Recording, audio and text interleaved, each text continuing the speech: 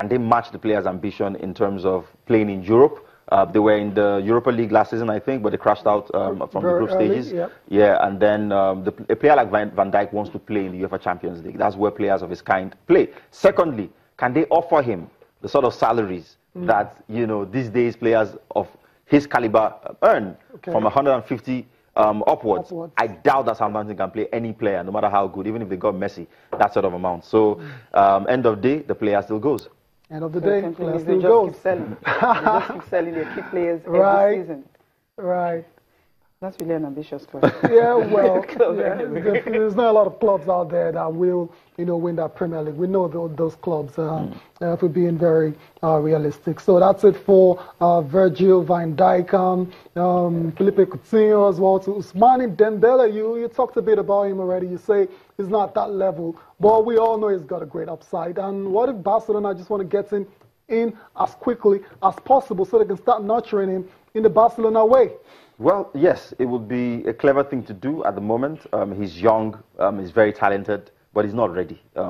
He needs about a season or two to get to that level. So it might not be a good time to pluck him, but to throw him at the deep end and expect him to replace Neymar might be asking too much of the player at the moment. Remember, even Neymar himself didn't hit the ground running immediately he joined Barcelona. And Barcelona still had Alexis Sanchez playing, you know, in the wide areas as well when he joined. So maybe get Philippe Coutinho if they still have some change from the Neymar deal left.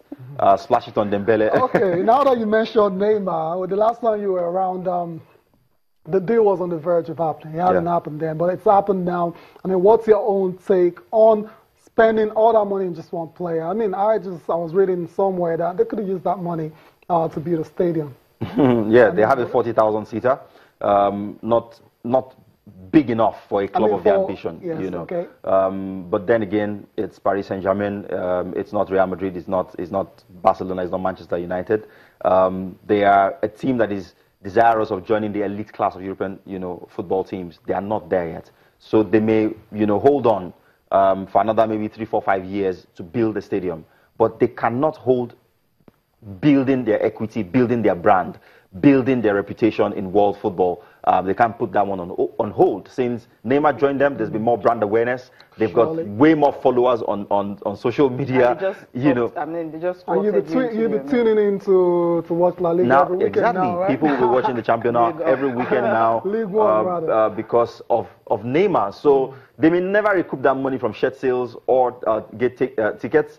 But PSG have stepped up a few notches in terms of, you know, the brand awareness and the brand value.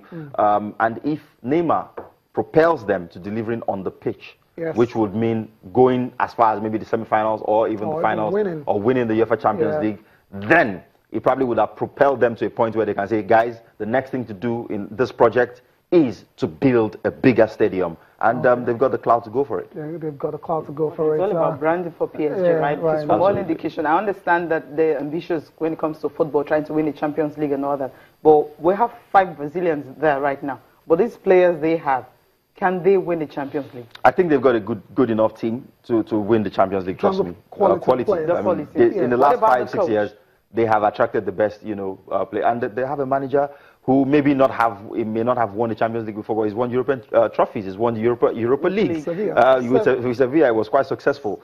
So they may not need, you know, a manager who's won the Champions League to win the Champions League. Guardiola, Mourinho won the Champions League for the first time at some point. So it's not until they go for that sort of manager before they win. I think squad quality, there are not many teams in Europe that are better than PSG. I think in the last 2, 3 years, what has been lacking is genuine self-belief that they can go and win it. And it couldn't have been more apparent than last season when they won the first leg so handsomely against Barcelona, and then they contrived to throw all of that away. In the second leg. It was just criminal. It was horrendous. It was unbelievable. It was shocking.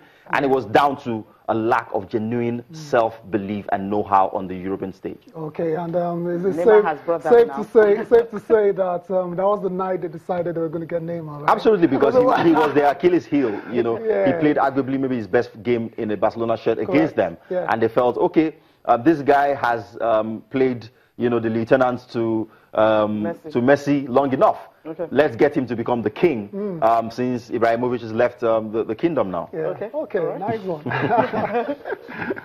right, go for a break now. We'll come back looking at the papers.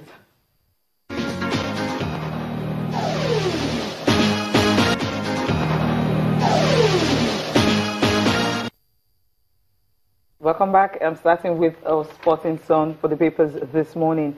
Eagles return. Eyama snubs Senate president. That's a good. Bail has been offered to Manchester United, not to the Devils. But we have bail offered to the Devils. I'm reading from Sporting Sun this morning. And the next one you have there is Mikel joins a Turkish club. In case you're wondering, he's not not that Mikel. Is Mikel Agu. Agu, yeah. The lad that plays for FC Porto. He's been loaned out a lot of times already. And hopefully he can find a place in that. And let's move on. Okay, yeah, still on the Sporting Sun. Let's have any more headlines? Okay, Kante is saying that he needs more signings. And Igalo fires Breeze in China. He's scoring. And Henry is saying that Iheanacho is an excellent player. Okay, now that you mentioned Iheanacho, let's go straight to Complete Sport and Arsenal versus Leicester update. Iheanacho is ready, sharp and fit for the Gunners. He's made that move now eventually, and there are a few people out there that are still not very convinced in terms of playing time, because Leicester have got a long list of strikers: Adras, Slimani, Vardy, Musa. What do you make of this move for Iheanacho? You don't spend £25 million on a player to put him on the bench, especially a player who comes with a huge reputation. He's still got the best scoring record in the entire Premier League history in terms of number of minutes on the pitch against number of goals scored. So he's come to Leicester with that massive reputation, and it remains to be seen if he can deliver. I'm interested in seeing how Shakespeare is going to play his attacking options, because Iheanacho is not exactly the sort of player who you let lead the line in a system where you rely on counter-attacking football, because he's not the quickest of players. So he might be looking to tweak how his team is set up a bit. Maybe he plays behind Jamie Vardy, because he's a clever player. He can play those slide rule passes through. He can hold up play and get, you know, quicker players like Ahmed Musa and Vardy beyond him, getting him in behind defenders. So I don't think that Iheanacho will have a problem with playing time. I just hope that Leicester fans are not going to end of the day judge him based on the number of goals scored, but based on his overall contribution, because he can make goals for teammates. He can score them. Iheanacho is that player who will give you 15 to 18 goals a season. If you push it a little bit, maybe 20 goals, but not on a regular basis. Really? Okay. Okay. So still on Complete Sports, Conte laments over the sale of Nemanja Matic. I mean, yeah, I saw that interview, and it's a strange one, really. If you look at how important Matic has been for Chelsea in the last 2 title triumphs, and for them to just sanction his move to United, easy.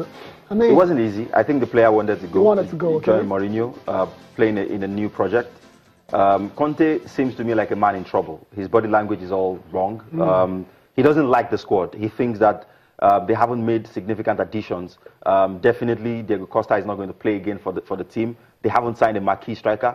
They've got Michi. They've got Morata. He's going to take some time to bed in. We know that already. He's not your Diego Costa kind of player. So Chelsea's successful teams of the last 10, 12 years have been based on playing big, you know, strikers.